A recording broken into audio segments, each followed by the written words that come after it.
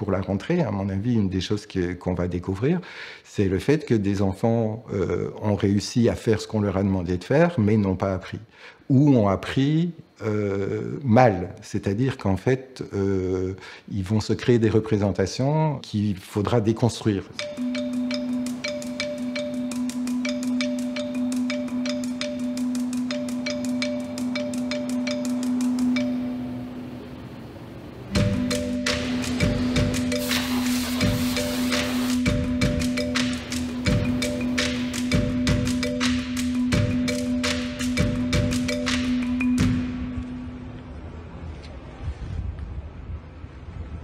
Bonjour, merci de nous recevoir pour cette interview. Est-ce que vous pourriez en quelques mots vous présenter? Mon nom c'est Pierre Waube, je suis enseignant depuis 1989, donc j'ai été enseignant pendant 25 ans. J'ai été recruté donc par la CGSP et le CEL, donc CGSP c'est la Centrale Générale des Services Publics Enseignement et le CEL c'est le syndicat pour l'enseignement libre. Et à deux, ils m'ont recruté pour devenir conseiller technique sur le pacte pour un enseignement d'excellence, qui est une grande réforme systémique de l'enseignement, dont l'objectif est aussi, un des objectifs est de lutter contre les inégalités scolaires. Je suis aussi donc militant d'un mouvement socio-pédagogique qui s'appelle Changement pour l'égalité, donc CGE, dont l'objectif est de lutter contre les inégalités scolaires et qui m'a apporté en fait je dirais le collectif en fait avec les autres enseignants qui sur le terrain réfléchissent à leurs pratiques. Les écoles ont réouvert depuis peu de temps, hein. Le confinement a été long. Si on regarde un peu dans le rétroviseur, ce confinement, dans quelle mesure il est un révélateur de ces inégalités scolaires? Ce que le confinement a révélé, c'est des inégalités préexistantes. C'est-à-dire qu'en fait, plus que créer des inégalités scolaires, il a montré, comme on ne l'a jamais montré avec autant de précision, ce qu'étaient les inégalités scolaires et surtout une partie des causes de ces inégalités scolaires. Et donc si je regarde un peu, avec un peu de recul, ce qui s'est passé, mais on a peu de recul, hein, on a encore un peu dedans. Pour moi, ce qui était vraiment le plus clair, c'est que en ramenant l'école à la maison, on a supprimé ce lieu qui était l'école, le lieu du collectif dans lequel les enfants peuvent échapper en quelque sorte à leurs conditions de vie, les conditions de logement. Et du coup, on a vu, comme on n'avait pas encore vu, ou en tout cas comme peu d'enseignants sont attentifs à ça, que les conditions de vie des élèves ont une importance très grande sur leur chance d'apprendre, en fait, sur leur capacité à apprendre. La raison principale, elle est liée au fait que pour qu'un apprentissage puisse se faire, eh bien, il faut des ressources autour de l'élève et ces ressources, ben, elles sont inégalement réparties dans la population. Et la première des ressources, c'est celle de comprendre ce que l'école attend. Et donc de comprendre ce qu'on appelle les codes scolaires. Un bon exemple qu'on donnait au moment des devoirs, c'était de dire que dans les familles plus défavorisées, quand un enfant fait un devoir à la maison, le but c'est que le devoir revienne bien fait à l'école. Alors que dans les familles qui connaissent les codes scolaires, on sait que l'enfant doit trouver de l'autonomie, doit petit à petit développer des capacités d'essayer, de tester, et que s'il y a des erreurs, eh bien, ces erreurs dans les devoirs sont intéressantes pour l'enseignant, parce que quand le devoir revient avec des erreurs, c'est qu'on voit qu'il y a des choses qui ne sont pas comprises. C'est un des exemples de ce qu'on appelle les malentendus, c'est-à-dire ce que l'école attend des enfants, mais ne dit pas qu'elle attend. Pour le dire par rapport à la période de confinement, les enfants étaient mis dans des situations dans lesquelles ils devaient apprendre seuls, donc en autonomie, à la maison, dans un contexte de logement qui était très très différent d'une famille à l'autre, dans lequel il y avait ou pas la possibilité de s'isoler, d'avoir du temps de concentration sur les apprentissages. Quand l'enfant est à l'école, il est dans un collectif, c'est-à-dire qu'il est dans une classe que quand il est face à des difficultés, face à des apprentissages, il apprend en coopération avec ses pairs. C'est-à-dire qu'il y a des interactions avec les autres élèves, il y a des aides qui se mettent en place, il y a des copains qui échangent sur ce qui s'est passé en classe, etc. Et ça crée un collectif et des possibilités de coopération. Et de la même manière, l'enseignant, quand il regarde l'enfant travailler, il peut aussi utiliser les ressources qui sont dans la classe pour permettre à un enfant d'apprendre avec ses pairs et avec les autres. C'est-à-dire que c'est par la confrontation de ce qui se passe en classe, selon les dispositifs qui ont été mis en place, eh bien, il y a des confrontations entre les élèves qui font que peu à peu l'apprentissage se fait. Et ce collectif a manqué. Et il n'a pas été possible de le reconstituer à la maison parce qu'en fait, les moyens de communication qu'on a mis en place ont été des moyens de communication dans lesquels on a privilégié l'individuel. On a mis en place ce que moi j'appelle des tuyaux de communication avec les familles et on leur envoyait des exercices et des apprentissages à faire seul à la maison. Et on a pensé seul à la maison. Et très peu de choses ont été mises en place en termes de collectif. Qu'est-ce qu'on aurait pu faire justement pour permettre cet équilibre entre sécurité sanitaire et encadrement pédagogique? Qu'est-ce qui n'a pas marché? Je voudrais d'abord mettre en avant le fait que le système scolaire lui-même, donc parce que le problème il est systémique, il n'est pas juste d'une question de savoir est-ce qu'on a la bonne pédagogie ou bien donc c'est un ensemble de choses qui fait la relégation et qui fait que les élèves sont mis devant ces inégalités scolaires. Donc la première chose qui a joué très très fort et qu'on a vu aussi, c'est l'existence de ce marché scolaire. C'est-à-dire qu'en fait, les conditions d'apprentissage d'une école à l'autre étaient très très différentes. Les capacités des écoles à réagir étaient conditionnées par des aspects matériels. Donc il y a déjà le fait que les écoles n'étaient pas toutes équipées de la même façon, mais surtout par des différences d'attente à la fois des directions, des enseignants, mais aussi des parents, comme type de réponse. C'est-à-dire que dans les écoles qui sont plus privilégiées, les attentes des parents étaient très fortes pour que les apprentissages continuent. Parce que dans ce que nous, on appelle la lutte des places, c'est-à-dire le fait que l'école sert quelque part à tracer des parcours, des trajectoires qui mènent avec plus ou moins d'acquis pour participer à cette grande lutte des places qu'il y aura à la fin. Et quand je dis à la fin, c'est tout au long du parcours, en fait. C'est dans les choix d'options, dans les choix des filières, dans les possibilités d'accéder à l'enseignement supérieur, et puis à l'emploi, enfin, etc. Dans cette grande lutte des places, les familles qui sont initiés, c'est-à-dire ceux qui savent quelle stratégie mettre en œuvre, ils savent que des retards, ça peut handicaper leur possibilité de garantir une place pour leurs enfants dans cette fameuse lutte des places. À côté de ça, dans d'autres écoles, on essayait de maintenir un contact social avec les élèves parce que ce qu'on pouvait faire de mieux, c'était éviter qu'ils décrochent. Parce que beaucoup d'élèves, déjà avant le confinement, étaient dans des parcours scolaires dans lesquels ils ne croyaient plus en leur capacité de réussite et où ils étaient déjà en difficulté. Et donc là, l'enjeu pour ces élèves-là était plus de maintenir le lien avec quelque chose qui a à voir avec la vie scolaire et où donc les attentes étaient beaucoup moins fortes. C'est quelque chose qui préexiste au confinement, mais qui là s'est révélé de manière évidente quand on voyait ce que les écoles attendaient de leurs enseignants et attendaient des enfants. Ce système scolaire de quasi-marché organise en fait en permanence la relégation. C'est-à-dire que les écoles qui sont positionnées comme étant considérées comme des bonnes écoles par les parents sont en fait des écoles qui qui, constatant des difficultés scolaires chez les élèves, ont tendance à les envoyer vers d'autres écoles. C'est-à-dire qu'il est assez courant dans une école qu'on dise qu'un enfant serait mieux dans une autre école. Une autre école, ça veut dire une école dans laquelle les attentes et les exigences sont moindres, et c'est-à-dire dans laquelle on a déjà renoncé à une partie des apprentissages.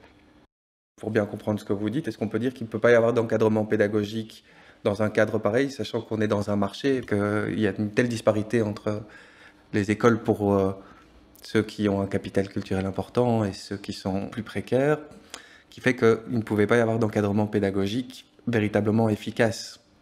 Est-ce qu'il est possible d'avoir un encadrement pédagogique avec de l'école à domicile? Donc la réponse est non, parce qu'il n'y a pas les mêmes conditions dans chaque famille, mais aussi parce que, je voudrais insister là-dessus, ce qui fait l'apprentissage, c'est le collectif. C'est la confrontation des représentations, la confrontation des stratégies des uns et des autres qui font que peu à peu, dans une classe, se créent des conditions d'apprentissage. Avec un professionnel qui est l'enseignant et qui voit, essaye de repérer où sont les difficultés, ce qui fait obstacle, et permet aux enfants entre eux, et lui, avec ce qu'il apporte, de surmonter ces obstacles-là. Et donc, non, il n'y a pas de possibilité d'apprentissage en dehors de la classe. C'est-à-dire que si on se retrouve dans des situations de confinement, on ne peut au mieux que essayer de maintenir, si on voit les choses de manière collective, c'est-à-dire pour tous les élèves, on ne peut pas assurer les apprentissages pour tous les élèves. On pourrait assurer des apprentissages pour un certain nombre d'élèves. Et je voudrais dire aussi que j'insiste beaucoup sur les familles défavorisées, mais c'est vrai pour toutes les familles. Quand on est à la maison, les parents vont mettre la pression, vont essayer de faire en sorte qu'ils fassent tout ce qu'ils reçoivent. On met beaucoup de stress du côté des enfants.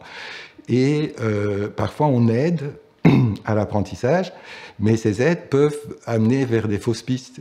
C'est-à-dire, pour prendre l'exemple le plus évident, c'est que à force de répétition, on peut réussir à faire quelque chose qui est demandé par l'école. Mais ça ne veut pas dire qu'on a appris. C'est-à-dire qu'en fait, on apprend des routines qui permettent en appliquant une méthode, ou enfin, je sais pas, pour résoudre un exercice, on fait d'abord ça, puis ça, puis ça, puis ça, et puis à la fin, on a une réponse. Mais est-ce qu'on a compris ce qu'on faisait? Est-ce qu'on a eu l'apprentissage qui est derrière?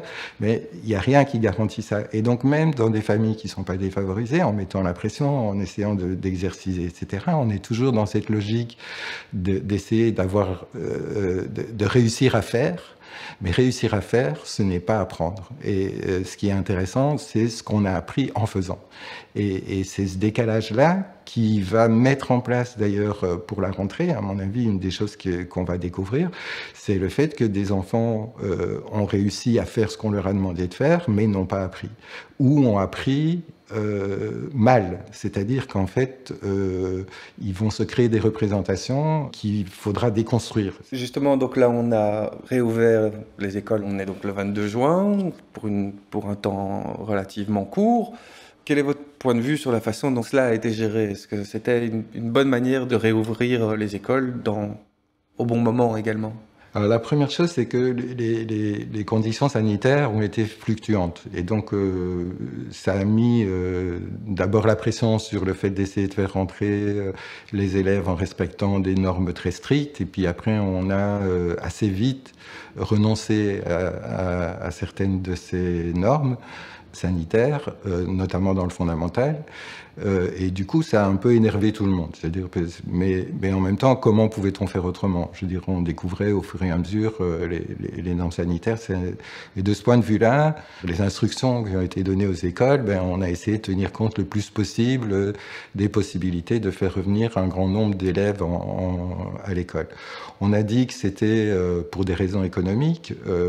C'est vrai aussi. Hein, donc, c'est vrai que les enfants à la maison empêchent les parents de travailler. Mais je pense qu'il y avait aussi une véritable préoccupation qui était le fait que la déscolarisation des élèves a aussi des conséquences au-delà des apprentissages qu'on a appelé psychosocial, mais qui concrètement veut dire que les enfants se socialisent à travers l'école. C'est aussi là qu'ils se confrontent à quelque chose qui est autre que leur famille, qui leur permet d'échapper aussi à ce qu'on pourrait appeler l'enfer familial. Hein. C'est parce que le 24 heures sur 24, 7 jours sur 7, c'est pas quelque chose qui les aide à grandir. Voilà. Donc il y avait cette préoccupation-là.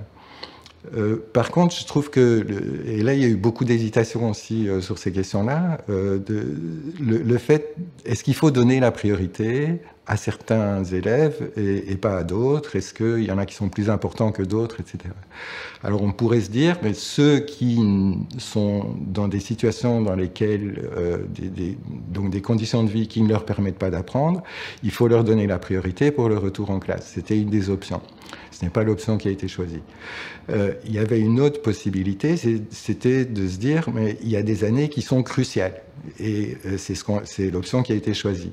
Et l'option qui a été choisie, c'est de faire rentrer des enfants qui étaient soit dans des moments d'apprentissage qu'on considérait comme plus importants, comme les premières, deuxièmes primaires, dans lesquels on se disait, ils sont dans l'apprentissage de la lecture, de l'écriture, donc c'est vraiment des moments extrêmement importants et il faut garantir les apprentissages pour ces enfants-là. Et puis après, si on regarde un peu les autres, c'est les années qu'on appelle certificatives, c'est-à-dire l'idée que si on est à la fin d'un cycle, il faut pouvoir certifier le fait qu'on a acquis les compétences. Donc cette préoccupation pour la certification, pour moi, c'est assez significatif. C'est-à-dire que l'école, elle a donné priorité au moment où on sélectionne. Et donc, il y a ces deux injonctions contradictoires qui sont données à l'école, à l'enseignement obligatoire, qu'on peut résumer en disant il faut faire réussir tout le monde, puisqu'il faut garantir les apprentissages pour tous, avec l'égalité, etc. Mais en même temps, l'école est le lieu dans lequel on distribue les places, et donc dans lequel on va sélectionner, trier et orienter. Et en faisant priorité pour ces années-là, on a donné priorité à cette fonction-là de l'école qui est de garantir qu'on va bien sélectionner et qu'on va bien trier ceux qui doivent être triés, ceux qui doivent être sélectionnés. Donc pour moi, ça a été l'erreur de la rentrée. Parce que d'une part, on ne va pas pouvoir le garantir, c'est-à-dire qu'il y a quand même eu 3-4 mois d'apprentissage qui n'ont pas eu lieu, et ce n'est pas les 2 semaines de rentrée qui vont permettre, ou 2-3 semaines de rentrée qui vont permettre ça. Sinon, à faire des constats, hein, donc je veux dire à en profiter pour vite faire des bilans et essayer de voir qui a le droit de continuer et qui n'a pas le droit de continuer, mais les apprentissages ne vont pas se faire là. Donc on va faire des constats, pas des apprentissages. Alors que l'enjeu fondamental pour moi de cette période-là, c'était de faire rentrer tout le monde, c'est-à-dire de faire en sorte, même 2 jours par semaine, tout le monde, mais au moins de garantir le retour vers l'école de tous les jeunes, tous les enfants, pour que justement on retrouve cette fonction de l'école qui est de refaire du collectif, de refaire de la socialisation et de symboliquement reprendre contact avec la scolarité en fin juin. Et donc il faut absolument qu'à la rentrée, l'objectif premier soit le retour de tous les enfants, quelles que soient les conditions sanitaires, sauf évidemment en cas de confinement total, mais donc en cas de confinement partiel, que tous les enfants rentrent à l'école et plutôt avoir peu de jours pour tous que d'avoir plus pour les uns et rien pour les autres. Est-ce que les caractéristiques de Bruxelles permettent ou ont permis justement de peut-être mieux résister à cet impact des inégalités scolaires, ou au contraire, est-ce qu'il y a une fragilité particulière de Bruxelles ? Les inégalités scolaires sont surtout des inégalités socio-économiques. Mais à Bruxelles, ça se double du fait qu'il y a aussi des inégalités qui sont liées aux représentations qu'on a sur les différentes catégories de population. Donc plus au niveau à cause du racisme, à cause des représentations ethniques qu'on a et des capacités des jeunes d'origine maghrébine ou d'origine africaine. Et donc, ça vient s'ajouter en quelque sorte. Mais ça ne joue que sur les populations pauvres. C'est-à-dire que quand on parle de ségrégation en fonction de l'origine des familles, c'est quand j'ai commencé dans une école qui était une école très recherchée et dans laquelle il y avait aussi une diversité ethnique, on pourrait dire, des élèves. Mais les enfants étaient d'origine ethnique, mais socialement favorisés. Et donc, ça n'a jamais été considéré comme un obstacle aux apprentissages. Par contre, la concentration dans les quartiers plus pauvres des écoles qui sont les écoles de relégation, ça pose un vrai problème. Et on a à Bruxelles des écoles qui, de mon point de vue, ne sont plus des écoles, c'est-à-dire des écoles dans lesquelles l'enjeu n'est plus l'apprentissage. L'enjeu est de maintenir les élèves dans un processus éducatif, on pourrait dire. C'est-à-dire que les enjeux sont plus en termes de gestion de groupe, de gestion des problèmes, des difficultés, d'accrochage, d'intégration, d'acceptation des codes de la société, des choses comme ça. On y fait plus de l'éducatif que des apprentissages. Et c'est ça qui fait le marché scolaire aussi. Et c'est pour ça que quand à Bruxelles, il reste des places, donc, parce qu'on peut dire, je sais que pour la prochaine rentrée, il y a environ 1 millier d'élèves qui n'ont pas de place. Ils n'ont pas de place et pourtant il y a des places. C'est-à-dire qu'il y a des places dans des établissements qui sont des établissements d'enseignement secondaire dans lesquels il y a des premières années, mais dans lesquels aucune famille ne veut aller, parce que ces familles-là savent qu'il n'y aura pas dans ces établissements-là les conditions d'apprentissage qu'ils pourraient trouver ailleurs. Et c'est cette situation-là qui pose problème particulièrement à Bruxelles, donc du fait du manque de place et du fait de... Alors on pourrait essayer de convaincre des familles, mais donc il suffit de penser soi-même à ses propres enfants, hein. Donc je veux dire, je suis moi-même pris dans ce jeu-là, et en réfléchissant un peu à comment est-ce qu'on pourrait casser un peu ces choses-là, c'est une des choses qui pourrait se faire, c'est ce qu'on pourrait appeler des inscriptions groupées, c'est-à-dire qu'en fait la crainte des parents, elle est surtout que leur enfant soit tout seul à essayer de vouloir apprendre dans une école dans laquelle, pour les raisons que j'ai expliquées, garantir les conditions d'apprentissage sont plus là. Tandis que faire de l'hétérogénéité sociale, ça se fait pas avec 1, 2 ou 3 élèves, ça se fait avec des groupes d'élèves. Et on peut changer effectivement une école si on a massivement, en tout cas de manière significative, des inscriptions qui bouleversent la donne, qui changent la donne. Mais le décret inscription est incapable de faire ça. Est-ce qu'il n'y a pas à craindre une aggravation de cette situation de décrochage du fait de cette politique de quasi-marché où il faut relancer, où il va falloir que les apprentissages aillent vite à la rentrée, et donc que ces jeunes qui sont déjà décrochés soient définitivement abandonnés sur le bord de la route? Oui, bien sûr. Donc, en fait, on a deux scénarios possibles pour la rentrée, hein. Donc, soit on recommence comme avant, et ce qu'on verra, c'est que dans les écoles dans lesquelles les conditions d'apprentissage ont pu être plus ou moins maintenues pendant la période de confinement, on va faire du rattrapage, faire du drill en quelque sorte. On va mettre la pression pour que les apprentissages avancent. Et dans les autres écoles, par contre, on va se retrouver avec des conditions de travail qui vont être quasi impossibles. C'est-à-dire que on va demander aux écoles d'assurer la continuité des apprentissages sans tenir compte du fait que dans certaines écoles, on va avoir une masse de travail énorme et dans d'autres écoles, ces difficultés-là ne seront pas rencontrées.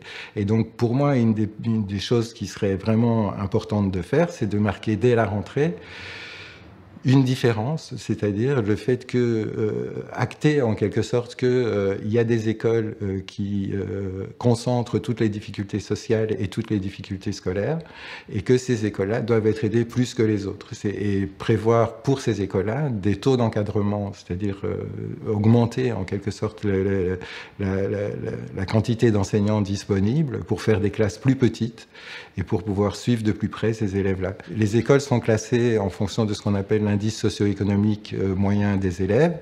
Donc l'indice socio-économique moyen des élèves, il est calculé sur base de l'indice socio-économique individuel des élèves, donc c'est les revenus des parents et les conditions de vie dans lesquelles ils sont qui déterminent leur indice socio-économique.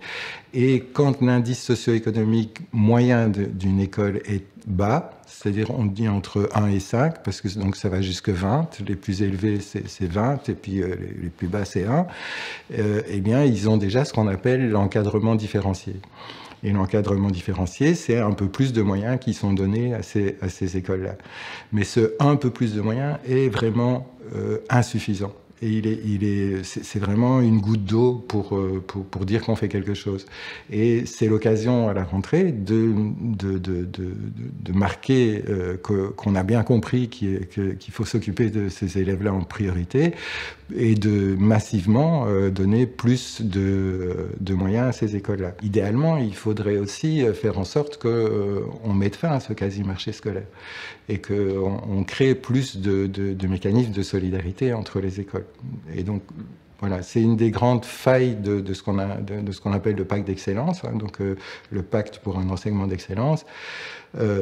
C'est une réforme systémique, elle essaye de mettre en place des changements profonds dans l'enseignement pour lutter contre les inégalités scolaires, mais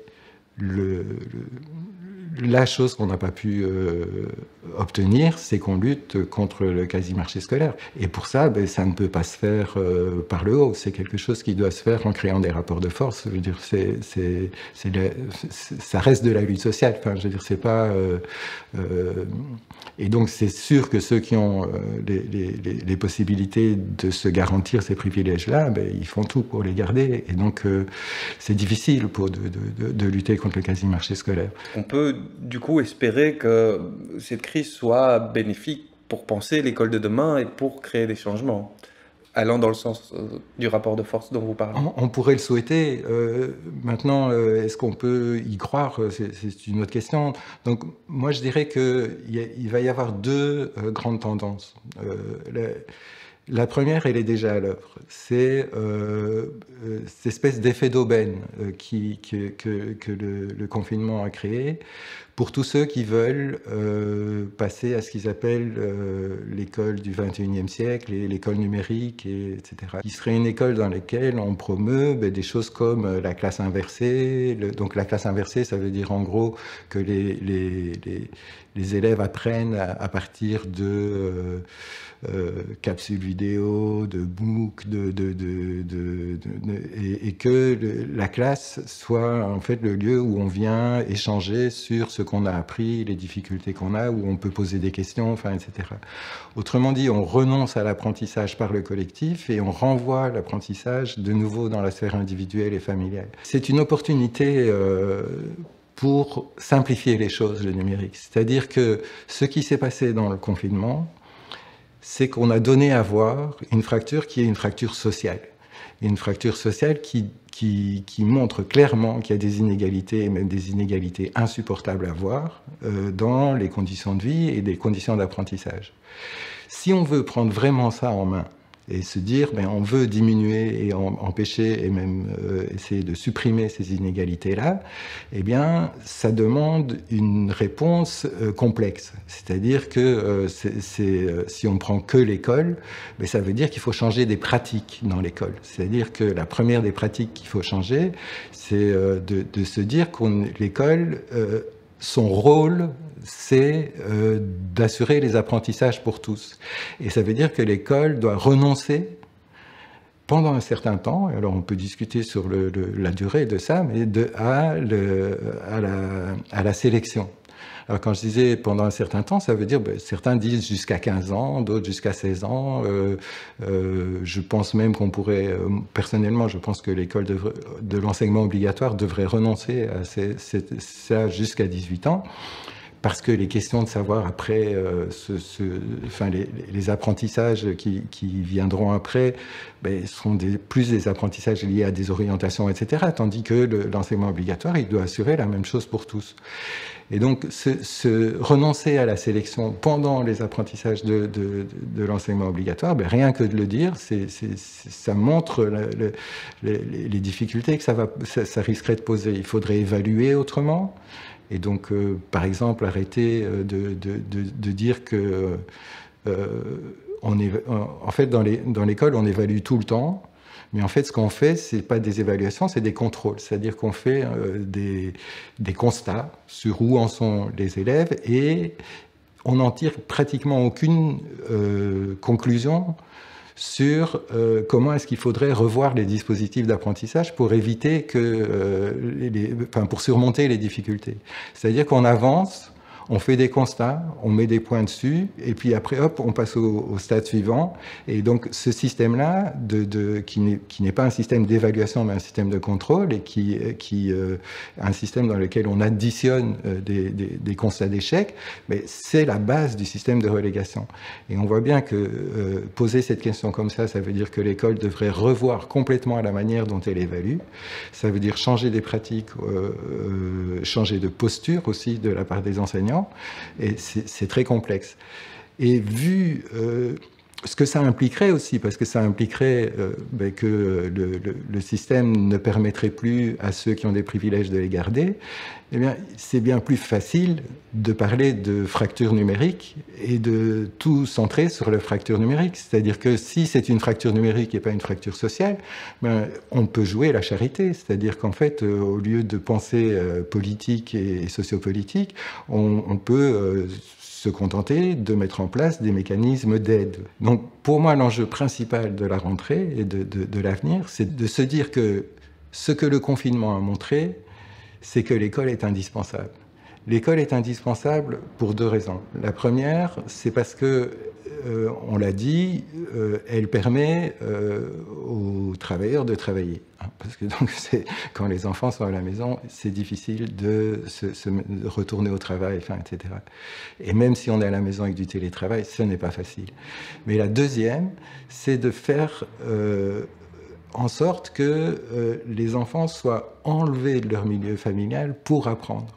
Et que c'est parce qu'elle enlève l'enfant du milieu familial pour apprendre que les apprentissages sont possibles. C'est-à-dire qu'elle crée du collectif. Elle crée quelque part quelque chose qui n'existe pas ailleurs dans la société.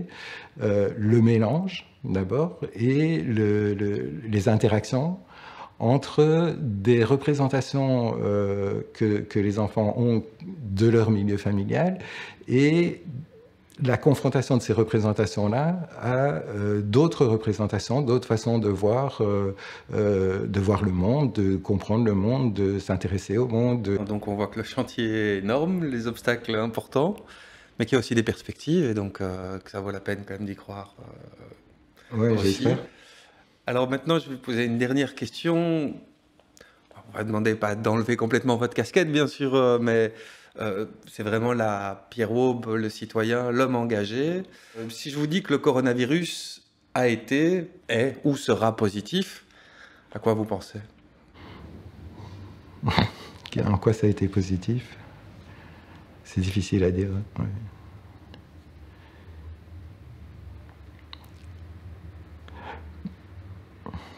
Oui, finalement, j'ai